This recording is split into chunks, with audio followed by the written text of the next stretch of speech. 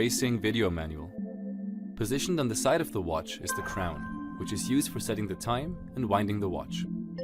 Although the watch is self-winding, when the crown is in this position, it can be wound forward for extra power.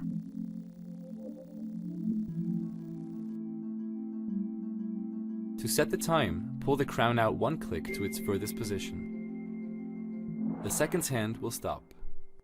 Turn the crown forward or backward to move the hour and minute hands to the desired time.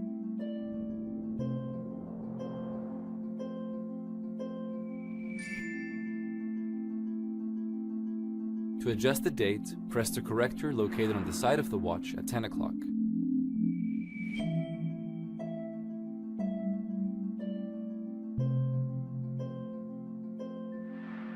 The chronograph is used for measuring time periods of up to 12 hours. To start or stop timing, press the upper pusher located at 2 o'clock.